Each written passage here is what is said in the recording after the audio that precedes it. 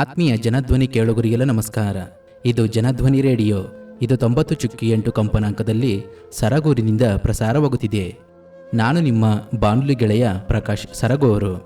ಎಂದಿನಂತೆ ತಮ್ಮೆಲ್ಲರಿಗೂ ಮದ್ಯಪಾನದ ಜೀವನದ ಅನುಭವ ಕುರಿತ ಮುಕ್ತವ್ಯಸನ ಬದುಕಸನ ಕಾರ್ಯಕ್ರಮಕ್ಕೆ ಆತ್ಮೀಯವಾದ ಸ್ವಾಗತವನ್ನು ಕೋರುತ್ತಿದ್ದೇನೆ.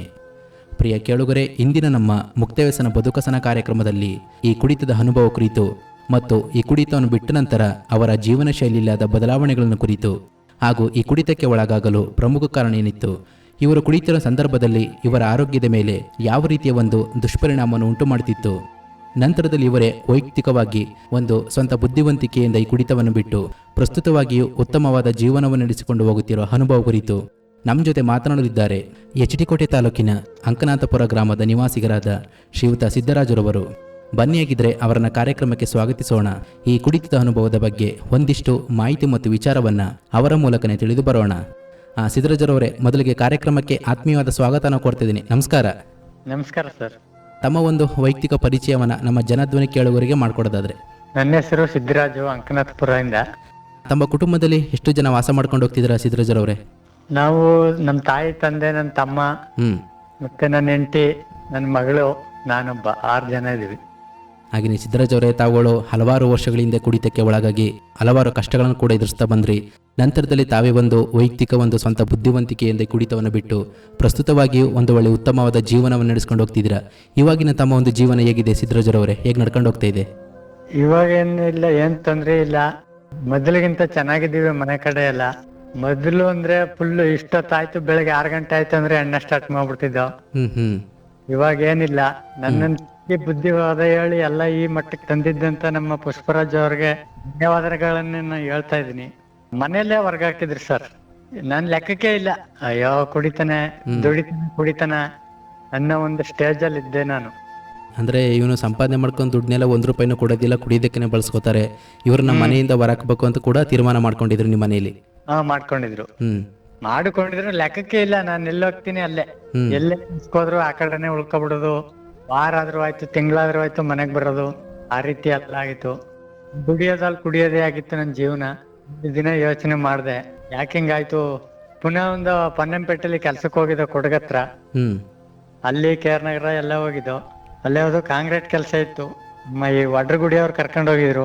ಅಲ್ಲಿಂದ ಒಂದು 10-12 ಸಾವಿರ ರೂಪಾಯಿ ದುಡ್ಡು ಸಿಕ್ಕಿತ್ತು ಕೈಗೆ. ಖರ್ಚೆಲ್ಲ ಕಳ್ದು, ಊಟ ತಿಂಡಿ ಖರ್ಚೆಲ್ಲ ಕಳ್ದು 12 ಸಾವಿರ ದುಡ್ಡಿತ್ತು. ಅಲ್ಲಿಂದ ಕೆಲಸದಿಂದ ಊರಿಗೆ ಬಂದೆ. ಊರಿಗೆ ಬಂದು ಫ್ರೆಂಡ್ಸ್ ಗಳ ಜೊತೆ ಎಲ್ಲ ಸೇರ್ಕೊಂಡು, ಹುಡುಗರ ಜೊತೆ ಎಲ್ಲ 10-12 ಸಾವಿರನ್ನು ಕುಡ್ದು ಒಂದೇ 3-4 ದಿನದಲ್ಲಿ ಹಾಳು ಮಾಡ್ಕೊಂಡೆ.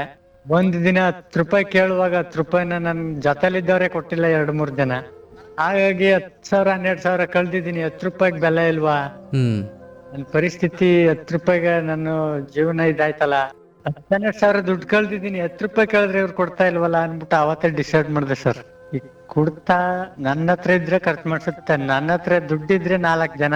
ಹೌದು. ಇವತ್ತು 10 ರೂಪಾಯಿಗೆ ಬೆಲೆ ಇಲ್ವಲ್ಲ, ಇದನ್ನ ಕುಡಿಯೋದೇ ಬೇಕಾಗಿಲ್ಲ ಅಂತೇಳಿ ನಮ್ಮ ಪುಷ್ಪರಾಜ್ ಅವರು ಮೇಸನ್ ಕೆಲಸ ಮಾಡ್ತಾವ್ರೆ. ಬಿಲ್ಡಿಂಗ್ಗಳು, ಮನೆ ಕೆಲಸ, ಕಟ್ಟಡ ಕೆಲಸ ಅವ್ರದ್ದು. ಅವ್ರ ಮನೆಗೂ ನಮ್ಮ ಮನೆಗೂ 1 ಕಿಲೋಮೀಟರ್ ಆಗುತ್ತೆ. 10 ರೂಪಾಯಿ ಇಲ್ದೇನೆ ನಡ್ಕೊಂಡು ಹೋದೆ ಅವ್ರ ಮನೆಗೆ. ಅವ್ರ ಮನೇಲಿ ಏನೋ ಬೆಳಗ್ಗೆನೆ ಬಂದಿದ್ಯಾ ಅಂತ ಹೇಳಿದ್ರು. ಆಗ ಬಾ ನಾಷ್ಟ ಮಾಡು ಅಂದ್ರು. ಸುಮಾರು 8-8:15 ಆಗಿತ್ತು ಬೆಳಗ್ಗೆ. ಅವಾಗ ನಾಷ್ಟ ಬೇಡ, ನನ್ಗೆ 100 ರೂಪಾಯಿ ದುಡ್ಡು ಬೇಕು ಅಂತ ಹೇಳ್ದೆ. ಗೊತ್ತು ಅವ್ರಿಗೆ ಏನಕ್ಕೆ ಅಂತ ಹೇಳಿದ್ರು. ನನಗ್ ಬೇಕು, ಕೊಡಿ ಅಂತ ಹೇಳ್ದೆ. ಆಗ ಅವ್ರು ಇಲ್ಲ ನಾಷ್ಟ ಮಾಡು, ನಾನು ಕೊಡ್ತೀನಿ ಅಂತ ಹೇಳಿದ್ರು. ಇಲ್ಲ ನಾಷ್ಟ ಬೇಡ, ಲೇಟ್ ಆಗಿ ಮಾಡ್ತೀನಿ, ಇವಾಗ 8:15 ಟೈಮು, 10 ಗಂಟೆಗೆ ಮಾಡ್ತೀನಿ ಅಂತ ಹೇಳ್ದೆ. ಆ 100 ರೂಪಾಯಿ ಇಸ್ಕೊಂಡು ಅಂತರ್ಸಂತೆಗೆ ನಡ್ಕೊಂಡು ಹೋಗಿದ್ದೀನಿ. ಕುಡಿಲಿಕ್ಕೆ ತಲೆನೋವು, ಕುಡಿಲೇಬೇಕು. ಅವಾಗ 100 ರೂಪಾಯಿ ಇಸ್ಕೊಂಡು ಅಂತರ್ಸಂತೆಗೆ ಹೋಗಿ ಕುಡ್ಕೊಂಡ್ ಬಂದು ನಾಷ್ಟ ಮಾಡ್ದೆ. ಅವಾಗ ಹೇಳ್ದೆ, ಅಣ್ಣ ನಾನು ಈ ರೀತಿ ಆಯ್ತು, ನನ್ ಕಷ್ಟನೆಲ್ಲ ಹೇಳ್ಕೊಂಡೆ. ಇಷ್ಟೊಂದು ದುಡ್ಡಿತ್ತು, ಹಿಂಗೆಲ್ಲ ಆಯ್ತು. 10 ರೂಪಾಯಿ ಕೆಳಗಂಟ ಕೊಡ್ಲಿಲ್ಲ ಅವರು.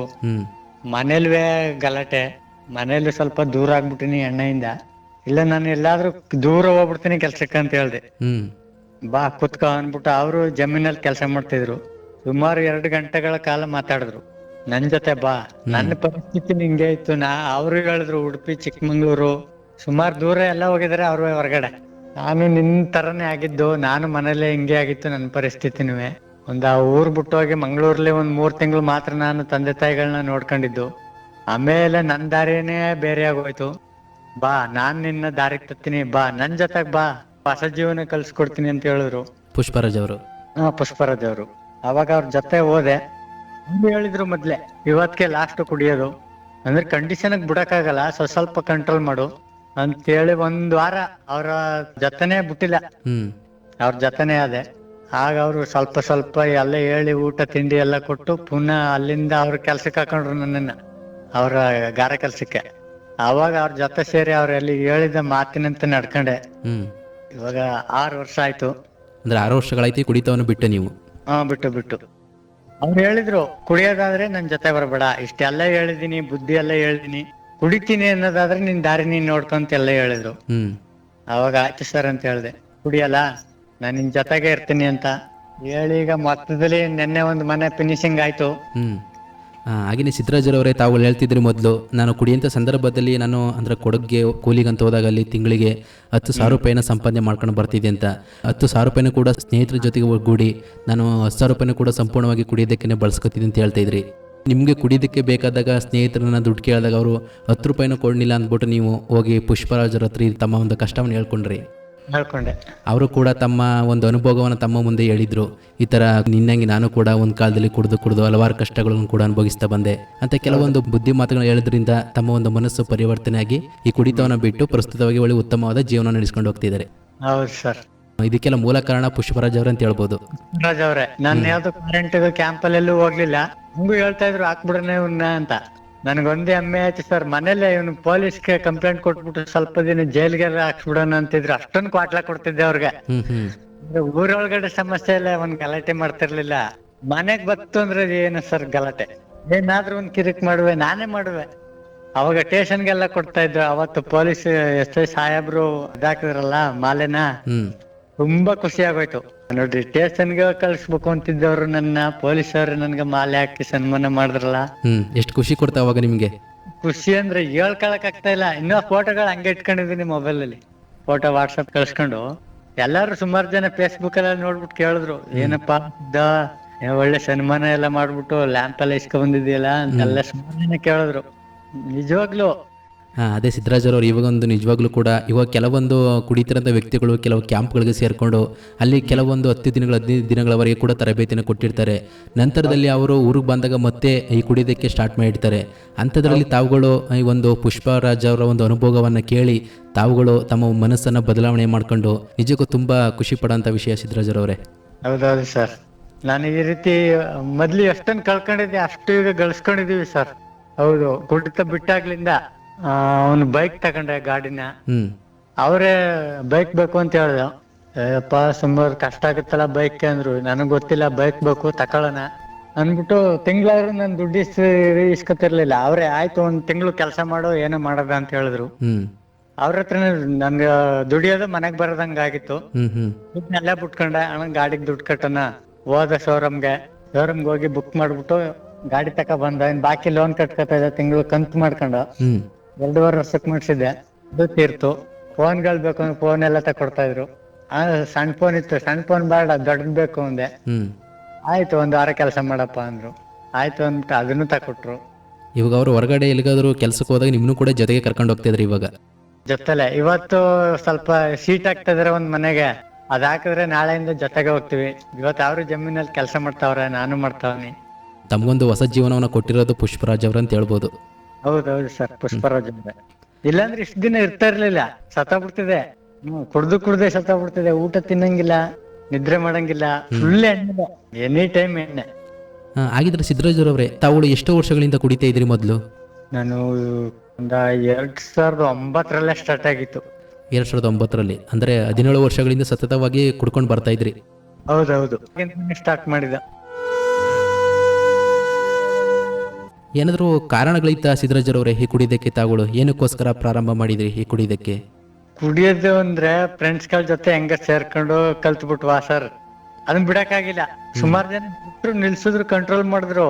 ನಾನು ಮುಂದುವರ್ಸ್ಕೊಂಡು ಹೋಗ್ಬಿಟ್ಟೆ. ಅದೇ ಜೀವನ ನಂಗೆ ಆಗೋಯ್ತು ಸರ್. ಮದ್ವೆನೂ ಮಾಡಿದ್ರು, ಆದ್ರೆ ನಾನು ಬಿಡ್ಲಿಲ್ಲ. ಮದ್ವೆ ಎಷ್ಟು ಒಂದ್ 3 ದಿನನೇನೋ ಇದ್ದ ಅಷ್ಟೇ. ಪುನಃ ಶುರು ಹುಡುಗರ ಜೊತೆ ಸೇರ್ಕೊಂಡು. ಆಮೇಲೆ ಬಂತ ಜಾಸ್ತಿನೇ ಹೊರ್ತು ಕಮ್ಮಿನೇ ಇಲ್ಲ, ಜಾಸ್ತಿನೇ ಮಾಡ್ಬಿಟ್ಟೆ ಸರ್. ಅಂದ್ರೆ ತಾವುಗಳು ಸಂಪಾದನೆ ಮಾಡೋ ದುಡ್ಡನ್ನೆಲ್ಲ ಕುಡಿದಕ್ಕೆ ಬಳಸ್ಕೊತಾ ಇದ್ರಿ? ಏನಾದ್ರು ಮನೆ ನಿರ್ವಹಣೆಗಂತ ಏನಾದ್ರು ದುಡ್ಡು ಕೊಡ್ತಾ ಇರ್ಲಿಲ್ವಾ ಹೇಗೆ ಅವಾಗ? 100 ರೂಪಾಯಿ ಕೊಟ್ರು ಬೆಳಗ್ಗೆ ವಾಪಸ್ 50 ರೂಪಾಯಿ 100 ರೂಪಾಯಿ ಪುನಃ ಇಸ್ಕೊತಾ ಇದ್ದೆ, ನಾನ್ ರಾತ್ರಿ ಕೊಟ್ಟಿದ್ನೆಲ್ಲ ಕೊಡು ಅಂತ. ಅಂದ್ರೆ ಮತ್ತೆ ಇಸ್ಕೊತಾ ಇದ್ರಿ. ಹೌದು, ಮತ್ತೆ ಇಸ್ಕೊತಾ ಇದ್ದೆ. ಇವಾಗ ಹಂಗಿಲ್ಲ. ಎಷ್ಟೇ ದುಡ್ಡು ಒಂದ್ ವಾರಕ್ಕ 10 ದಿನ ಕೆಲಸ ಮಾಡ್ತೀವಲ್ಲ, ಒಂದೇ ಸರಿ ದುಡ್ಡು ಕೊಡ್ತಾರ, ಇಸ್ಕೊತೀವಿ, ಮನೆಗೆ ಏನ್ ಬೇಕೋ ಎಲ್ಲ ತಕೊಳ್ತೀವಿ, ಊಟ ತಿಂಡಿ ಎಲ್ಲ ಏನ್ ಪ್ರಾಬ್ಲಮ್ ಇಲ್ಲ ಇವಾಗ. ಮೊದ್ಲು 100 ರೂಪಾಯಿ ಕೊಟ್ರೆ ಅದೇ 100 ರೂಪಾಯಿ ಬೆಳಗ್ಗೆನೆ ಕಿತ್ಕೊತಾ ಇದೆ, ಕೊಡ್ಲಿಲ್ಲ ಅಂದ್ರೆ ಹೊಡೆದು ಕಿತ್ಕೊತಾ ಇದೆ ಸರ್. ಇವಾಗ ಹಂಗಿಲ್ಲ, ಎಲ್ಲ ಖುಷಿಯಾಗಿದ್ದಾರೆ ಮನೇಲಿ. ಅದು ಇವಾಗ ಸಂಪಾದನೆ ಮಾಡ್ಕೊಂಡು ದುಡ್ಡನ್ನೆಲ್ಲ ಮಿತವಾಗಿ ಬಳಸ್ಕೊಂಡು ಆದಷ್ಟು ಉಳಿತಾಯವನ್ನ ಮಾಡ್ಕೊಂಡು ಹೋಗ್ತಾ ಇದ್ದೀರಾ. ಹೌದೌದು. ಇವಾಗ ನಿಮ್ಮ ಕುಟುಂಬದವರ ಸಹಕಾರ ಹೇಗಿದೆ ಸಿದ್ದರಾಜರವರೇ ನಿಮ್ಮೇಲೆ ಇವಾಗ? ಪರವಾಗಿಲ್ಲ, ಇವಾಗ ಎಲ್ಲ ಖುಷಿಯಾಗಿದ್ದಾರೆ, ಚೆನ್ನಾಗಿದ್ದಾರೆ. 2 ಮಕ್ಳಿತ್ತು, ಒಂದ್ ತೀರೋಗ್ಬಿಡ್ತು ಚಿಕ್ಕತ್ರಲ್ಲೇ ಹುಷಾರಿಲ್ದೇನೆ. ಇವಾಗ ಒಂದ್ ಮಗಳು ಸರ್ಗೂರ್ಲೆ ಓದ್ತಾ ಇದ್ದಾಳೆ, JSS college, first PUC sir ಇವಾಗ. ಅದು ಕುಡಿಯಂಥ ಸಂದರ್ಭದಲ್ಲಿ ನಿಮ್ಮ ಮಕ್ಕಳಿಗೆ ವಿದ್ಯಾಭ್ಯಾಸಕ್ಕೆ ಬೇಕಾದಂತಹ ಕೆಲವು ಪುಸ್ತಕಗಳಾಗಿರ್ಬೋದು, ಪೆನ್ ಆಗಿರ್ಬೋದು, ಈ ಥರ ಸಾಮಗ್ರಿಗಳನ್ನ ಕೊಡ್ತಾ ಇದ್ರೆ ಅವಾಗ ಮಕ್ಕಳಿಗೆ ಓದೋದಕ್ಕೆ? ಇಲ್ಲ ಸರ್, ಒಂದ್ ಪೆನ್ ಸಹ ತಂದ್ಕೊಟ್ಟಿಲ್ಲ. ಓದೇನ್ ಮಾಡ್ಬೇಕು ಅಂತ ಇದ್ದೆ, ಇವಾಗ ಓದಿಸ್ಬೇಕು ಅಂತ ಇದೀನಿ. ನೋಡಿ, ಕುಡಿತ ಎನ್ನುವುದು ತಮ್ಮ ಜೀವನದಲ್ಲಿ ಎಷ್ಟು ಬದಲಾವಣೆಯನ್ನು ತಂದಿದೆ ಅಂತ ಇವಾಗಲೂ ಕೂಡ ನೋಡ್ಬೋದು. ಹೌದೌದು ಸರ್. ಮೊದ್ಲು ಪೆನ್ ಬುಕ್ ಬೇಕು ಅಂದ್ರೆ ಓದಿ ಏನ್ ದೊಡ್ಡವರಾಗಿದ್ದಾರ, ಏನ್ಕೆ ನೀವು ಓದೋದು ಅಂತ ನಾನೇ ಬೋಯ್ತಾ ಇದ್ದೆ. ಇವಾಗ ಓದಿಸ್ಬೇಕು ಅಂತ ಇದೆ. ಹಾಗೆಯೇ ಸಿದ್ದರಾಜರು, ತಾವು ಮೊದಲು ಮಾತಾಡ್ತಿದ್ರಿ, ನಾನು ಕುಡಿಯೋದಕ್ಕೆ ಯಾವುದೇ ರೀತಿಯ ಕಾರಣಗಳಿರಲಿಲ್ಲ, ಈ ಒಂದು ಸ್ನೇಹಿತರ ಸಹವಾಸ ಮಾಡಿ ನಾನು ಈ ಕುಡಿಯೋದಕ್ಕೆ ಪ್ರಾರಂಭ ಮಾಡಿದೆ ಅಂತ ತಾವುಗಳು ಹೇಳ್ತಾ ಇದ್ರಿ. ಇವಾಗ ಯಾವುದಕ್ಕೂ ಒಂದ್ಸತಿ ಈ ರೀತಿ ನಮ್ಮ ಸ್ನೇಹಿತರು ಕರೀತಿದ್ದಾರೆ, ಕುಡಿಯೋದಕ್ಕೆ ಹೋಗೋದೇ ಬೇಡ, ಒಂದ್ಸತಿ ಯೋಚನೆ ಮಾಡೋಣ, ಯಾಕಂದರೆ ಈ ಕುಡಿಯೋದ್ರಿಂದ ನನ್ನ ಆರೋಗ್ಯದ ಮೇಲೆ ಏನಾದರೂ ತೊಂದರೆಗಳಾಗ್ಬೋದು ಅಂತ ಅವಾಗ ತಮ್ಗೇನಾದರೂ ಯೋಚನೆಗಳು ಬರ್ತಾ ಇರ್ಲಿಲ್ವಾ, ಹೇಗೆ? ಅವ್ರು ಕರಿತಾ ಇದ್ರು, ಏನಪ್ಪಾ ಮೊದ್ಲಂಗ ಈಗ ಏನ್ ಮಹಾತ್ಮ ಗಾಂಧಿ ನೀನು ಒಂದು ಸ್ನಾನ ಮಾಡಂಗ ಉಯ್ಕತ್ತಿದ್ದ, ಏನು ಕರೆದ್ರು ಬರಲ್ಲ ಅಂತೆಲ್ಲ ಅವ್ರವ್ರು ಮಾತಾಡ್ಕೊತಾ ಇದ್ರು. ಅವ್ರು ಮಾತಾಡ್ಕೊಂಡ್ರೆ ನಾನ್ ತಲೆ ಕೆಡ್ಸ್ಕೊತಾ ಇರ್ಲಿಲ್ಲ. ಆಯ್ತು ನೀವೇನೋ ಮಾತಾಡ್ಕೊಳ್ರಪ್ಪ ಅನ್ಬಿಟ್ಟು ಮನೆಗೆ ಎಲ್ಲಿ ಯಾಕಡೆನಾರ ಹೊಂಟೋಗೋದು. ಈಗ 3 ಜನ ಇದ್ದಾಗ ಏನಾದ್ರು ಮಾತಾಡ್ತಾರ? ಹೌದು. 2-3 ಜನ ಇರುವಾಗ ಮಾತಾಡ್ಕೊಳ್ಳಿ ನೀವು ಅನ್ಬಿಟ್ಟು ನನ್ ಪಾಡಿಗೆ ನಾನು, ಅವ್ರೇನ್ ಹೇಳಿದ್ರು ಆಯ್ತುಪ್ಪ, ನಾನ್ ಕುಡಿಯಲ್ಲ, ಸಾಕು ನಾನ್ ಕುಡ್ದಿರೋದು, ನಾನ್ ಕುಡಿದ್ರೆ ಹೋಯ್ತು ನನ್ ಕಥಾ, ಮುಟ್ಟಿದ್ರೆ ಏನ್ ಆಗಲ್ಲ, ಕುಡಿಬೇಕಾ ನೀವು ಕುಡ್ಕೊಳ್ಳಿ, ನಾನ್ ಕುಡಿಯಲ್ಲ ಅಂತ ಹೇಳ್ತೀನಿ ಸರ್. ಇವಾಗ್ಲು ಹಂಗೂ ಕರೀತಾರೆ ಸುಮಾರು ಜನ. ಅಂದ್ರೆ ಬೇರೆಯವ್ರಿಗೆ ಒಂದು ಬುದ್ಧಿ ಮಾತುಗಳು ಯಾವ ರೀತಿ ಆಗಿದ್ದಾರೆ ಇವಾಗ ತಾವುಗಳು? ಹೌದೌದು ಸರ್. ಹಂಗೂ ಹೇಳ್ತೀನಿ, ನನ್ನ ತಮ್ಮನ್ಗೆ, ಸ್ವಂತ ತಮ್ಮನ್ಗೆ ಹೇಳ್ತೀನಿ, ಬೇಡ ಕುಡಿಬೇಡ, ಸ್ವಲ್ಪ ಕಂಟ್ರೋಲ್ ಮಾಡು ನೀನು ಅಂತ ನಾನೇ ಹೇಳ್ಕೊಡ್ತೀನಿ ಅವನಿಗೆ. ಅವ್ರಿಗೂ ಕುಡಿಯೋರ್ಗು ಜಾಸ್ತಿ ಹೇಳ್ತೀನಿ, ಅದ್ರ ಬದಲು ಏನಾದ್ರು ತಿನ್ನಿ, ಚಿಕನ್, ಮಟನ್, ಹಣ್ಣುಗಳು, ತರಕಾರಿ ಏನಾದ್ರು ತಗೊಂಡ್ ತಿನ್ನಿ, ಅದ್ರ ಕಮ್ಮಿ ಮಾಡಿ ಅಣ್ಣನ ಅಂತ ಹೇಳ್ತೀನಿ. ಕುಡಿಬೇಡಿ ಅಂತ ಹೇಳಲ್ಲ, ಕುಡೀರಿ, ಕಮ್ಮಿ ಮಾಡಿ, ಮಿತವಾಗಿ ಕುಡೀರಿ ಅಂತ ಹೇಳ್ತಾ ಇದ್ದೀರಾ? ಕುಡೀರಿ. ನಾನೇ ಒಂದ್ ದಿನಕ್ಕೆ 1290 ಆಯ್ತಿದ್ದ ಪಾಪ ಅಂದ್ರು. ಇವಾಗ ಒಂದ್ ಸವಾಸನೂ ಇಲ್ಲ, ಯಾವ್ದಿಲ್ಲ, ಎಲ್ಲಾ ಬಿಟ್ಬಿಟ್ಟೆ. ಅದೇ ಪುಷ್ಪರಾಜ್ ಅವ್ರ ಮಾತಿಂದ ಎಲ್ಲಾ ದೂರ ಮಾಡಿದೆ ಸರ್. ಇಲ್ಲಾಂದ್ರೆ ಸುಮಾರು 6 ವರ್ಷದ ಹಿಂದೆನೆ ತೀರೋಗ್ಬಿಡ್ತಿದ್ದೆ ನಾನು. ಅದು ಹೇಳ್ಬೇಕಂದ್ರೆ ಒಟ್ಟಾರೆಯಾಗಿ ನಿಮ್ಗೆ ಪುಷ್ಪರಾಜ್ ಅವರು ಒಂದು ಮರು ಜನ್ಮವನ್ನ ಕೊಟ್ಟಿದ್ರ ಅಂತ ಹೇಳ್ಬೋದು. ಹೌದೌದು ಸರ್. ಅವರು ಹೇಳಿದ್ರು, ನಾನು ನಿನ್ಗಿಂತ ಹೆಚ್ಚಾಗಿದ್ನಲ್ಲಪ್ಪ, ನನ್ ಜೊತೆ ಬಾ, ನಾನು ಅವನಿ. ಈಗ ಮನೆಯವರು ಗಲಾಟೆ ಕುಡಿದ್ಬಿಟ್ಟು ಗಲಾಟೆ ಮಾಡ್ತಾನೆ ಅಂತ ದೂರ ಮಾಡಾರ, ಅದು ಎಲ್ಲಾರ ಮನೇಲಿ ಇದ್ದಿದ್ದೆ, ನಾನ್ ಇದ್ದೀನಿ ಬಾ ಅಂತ ಹೇಳಿ ಕರ್ಕೊಂಡ್ ಹೋದ್ರು. ಅವಾಗಿಂದ ಏನ್ ತೊಂದ್ರೆ ಇಲ್ಲ. ಇವತ್ತು ಅವರು ಜಮೀನಲ್ಲಿ ಕೆಲಸ ಮಾಡ್ತಾವ್ರೆ, ನಾನು ಜಮೀನಲ್ಲಿ ಇದೀನಿ. ಸ್ವಲ್ಪ ಚೆಂಡು ಹಾಕಿದ್ದ ಹೋಗೋಣಂತ ಬಂದ. ಮೊದ್ಲೇನಿಲ್ಲ, ಬೇರೆಯವ್ರ ಜಮೀನು ಕೂಲಿಗೆ ಹೋಯ್ತಾ ಇದ್ದ. ಅಂದ್ರೆ ಯಾವ್ದ್ರ ಮೇಲೂ ಕೂಡ ಯೋಚನೆ ಆಗ್ತಿರ್ಲಿಲ್ಲ ಅವಾಗ ನಿಮ್ಗೆ? ಇಲ್ಲ ಇಲ್ಲ ಇಲ್ಲ, ನಮ್ ಜಾಗ, ನಮ್ ಜಮೀನು ಅನ್ಕೊಂಡು ಏನು ಯತ್ನ ಇರ್ತಿರ್ಲಿಲ್ಲ. ಎಲ್ಲವನ್ನು ನೋಡ್ಕೊಂಡು ಹೋಗ್ತಾ ಇದೀವಿ, ಏನ್ ಸಮಸ್ಯೆ ಇಲ್ಲ, ಏನ್ ತೊಂದ್ರೆನೇ ಇಲ್ಲ, ಪರವಾಗಿಲ್ಲ. ಇವಾಗ ಕುಡಿತದ ಜೀವನಕ್ಕೂ ಈ ಜೀವನಕ್ಕೂ ಪರವಾಗಿಲ್ಲ ಸರ್. ಇವಾಗ ಕುಡಿತವನ್ನು ಬಿಟ್ಟು ತಮ್ಮ ಒಂದು ಗ್ರಾಮದಲ್ಲಿ ಒಬ್ಬ ಒಳ್ಳೆ ವ್ಯಕ್ತಿಯಾಗಿ ನಡ್ಕೊಂಡು ಹೋಗ್ತಿದ್ದೀರಾ. ತಮ್ಮ ಒಂದು ಗ್ರಾಮದಲ್ಲಿ ಯಾವ ರೀತಿಯ ಒಂದು ಪ್ರತಿಕ್ರಿಯೆ ನೀಡ್ತಿದ್ದಾರೆ ಸಿದ್ದರಾಜರು ನಿಮ್ಗೆ ಇವಾಗ? ಹೌದು, ಗೌರವ ಕೊಡ್ತಾರ ಸರ್ ಎಲ್ಲರೂ.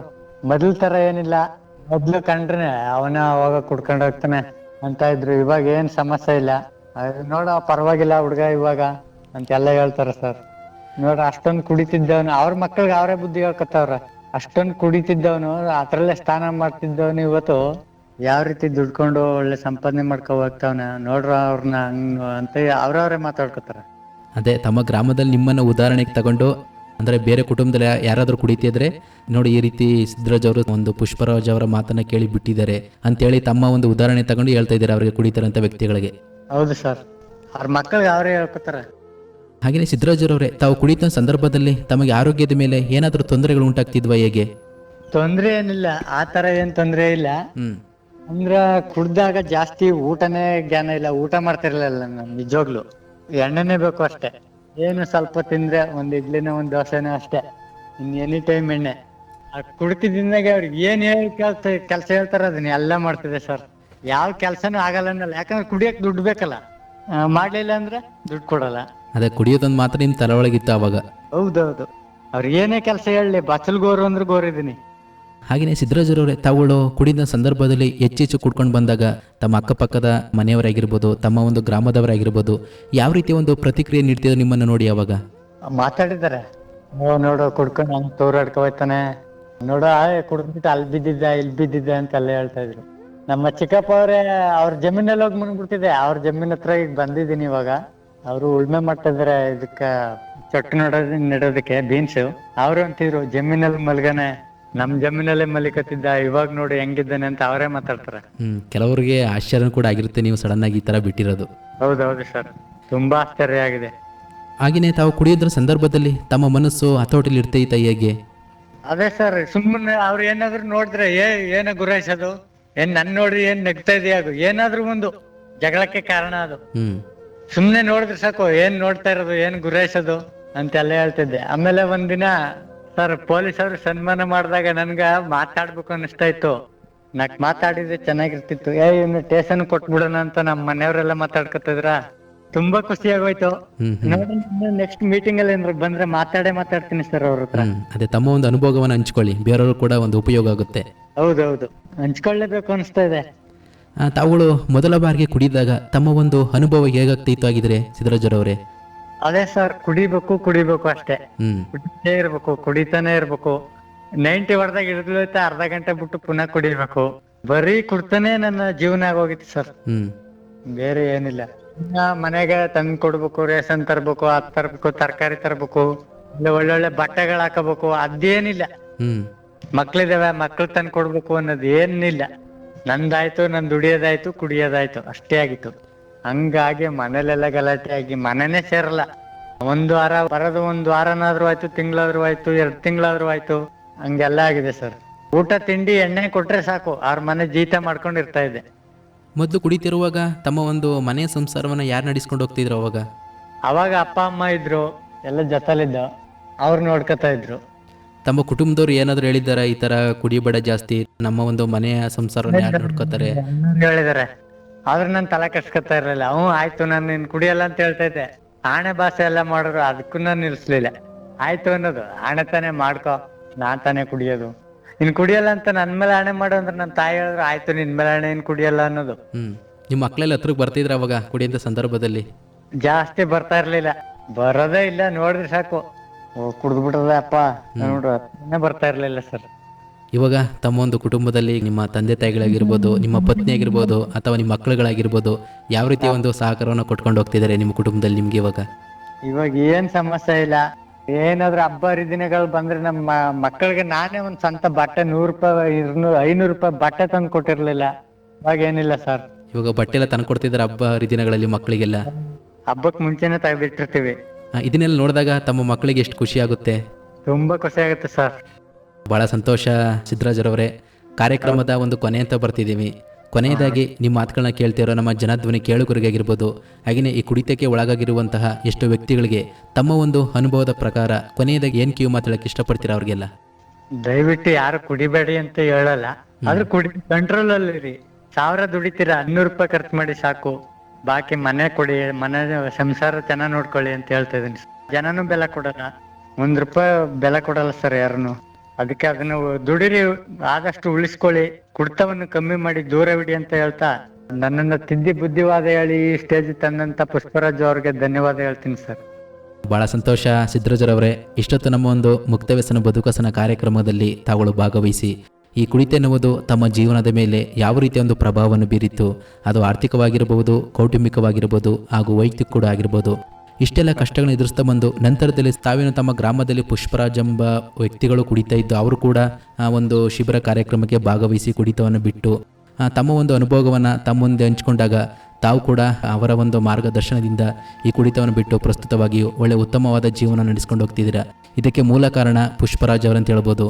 ಅವರು ಕೂಡ ನಮ್ಮ ಒಂದು ಕಾರ್ಯಕ್ರಮದ ಪರವಾಗಿ ಧನ್ಯವಾದಗಳು ಹೇಳ್ತಾ ಇಲ್ಲಿಗೆ ಇವತ್ತಿನ ಕಾರ್ಯಕ್ರಮನ ಮುಕ್ತಾಯ ಮಾಡ್ತಿದ್ದೀನಿ. ಧನ್ಯವಾದಗಳು ಸಿದ್ದರಾಜರವರೇ. Thank you sir. ಪ್ರಿಯ ಕೇಳುಗರೆ, ಕೇಳ್ತಿದ್ರೆ ಇಷ್ಟೊತ್ತು ಮುಕ್ತವ್ಯಸನ ಬದುಕಸನ ಕಾರ್ಯಕ್ರಮದಲ್ಲಿ ಭಾಗವಹಿಸಿ ನಮ್ಮ ಜೊತೆ ಮಾತನಾಡಿದವರು ಎಚ್.ಡಿ. ಕೋಟೆ ತಾಲೂಕಿನ ಅಂಕನಾಥಪುರ ಗ್ರಾಮದ ನಿವಾಸಿಗರಾದ ಶ್ರೀಯುತ ಸಿದ್ದರಾಜುರವರು. ಇದಾಗಿತ್ತು ಇವತ್ತಿನ ನಮ್ಮ ಮುಕ್ತವ್ಯಸನ ಬದುಕಸನ ಕಾರ್ಯಕ್ರಮ. ಹಾಗೂ ಮತ್ತೊಂದು ಮುಕ್ತವ್ಯಸನ ಬದುಕಸನ ಕಾರ್ಯಕ್ರಮದಲ್ಲಿ ಮತ್ತೋರ್ವ ವ್ಯಕ್ತಿಯ ಜೊತೆ ಭೇಟಿಯಾಗ್ತೀನಿ. ಅಲ್ಲಿಯವರೆಗೆ ಕೇಳ್ತೀರಿ ಜನಧ್ವನಿ. ಇದು ನಿಮ್ಮ ನೆಚ್ಚಿನ ಹಾಗೂ ಮೈಸೂರಿನ ಮೊಟ್ಟ ಮೊದಲ ಸಮುದಾಯ ಬಾನುಲಿ ಕೇಂದ್ರ 90.8 ಕಂಪನಾಂಕದಲ್ಲಿ ಸರಗೂರಿನಿಂದ ಪ್ರಸಾರವಾಗುತ್ತಿದೆ. ನಮಸ್ಕಾರ.